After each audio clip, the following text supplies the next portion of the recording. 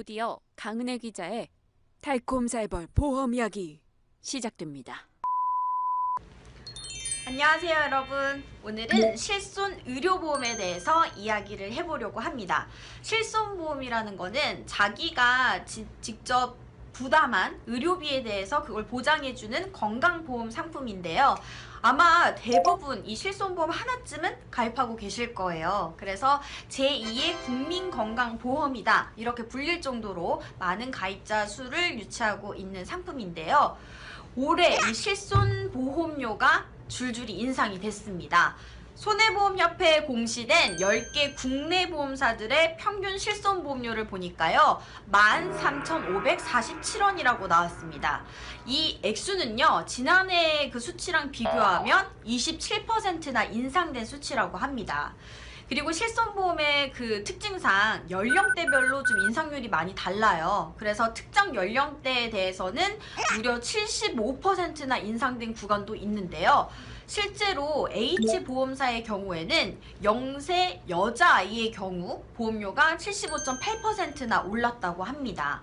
그리고 0세 남자아이 또 50세, 55세 여성의 경우에도 대부분 다 60%대 이상으로 보험료가 인상이 됐다고 합니다.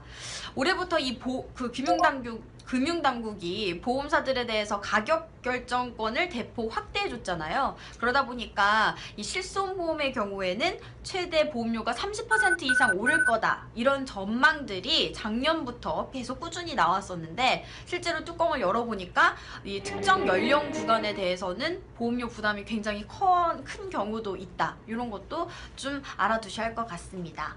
그런데 실손보험료가 올랐는데 보험사들도 할 말은 있을 거잖아요. 왜 보험료를 올렸나? 여기에 대해서 보험사들은 손해율 개선을 위해서 어쩔 수 없었다 이렇게 이야기를 하고 있습니다.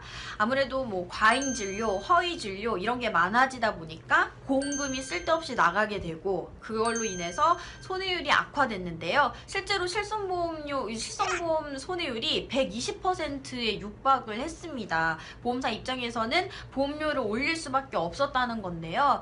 이렇게 보험료가 오르는 건 그다지 우리한테 달갑지 않은 소식이잖아요. 그런데 좀 반가운 소식도 있습니다. 보장 혜택은 조금 넓어졌다는 건데요.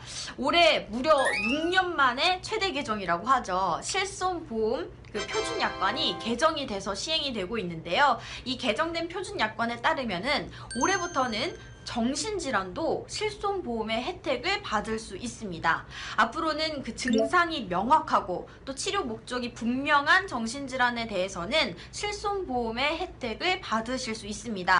그리고 지난해 12월이죠. MTN 단독 보도로 전해드렸던 한방치료, 추나나 뭐 침술 이런 한방치료에 대해서도 실손 특약이나 정액형 상품으로 이게 좀 혜택을 받으실 수 있게 됐다는 점 그것도 기억하셔야 될 것 같습니다.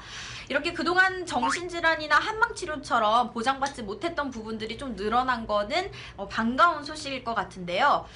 만약에 기존에 가지고 있던 그 실손보험 고객인 경우에는 이렇게 개정된 표준약관에 따른 그 실손보험의 혜택을 받으시고 싶다 그러실 경우에는 전환하실 수 있습니다. 각 보험사별로 신청을 받아서 전환 절차를 거친다고 하니까요. 보험사에 직접 문의를 하시면 될 것 같습니다. 지금까지 경제금융부 강은혜 기자였습니다. 다음 시간에 만나요.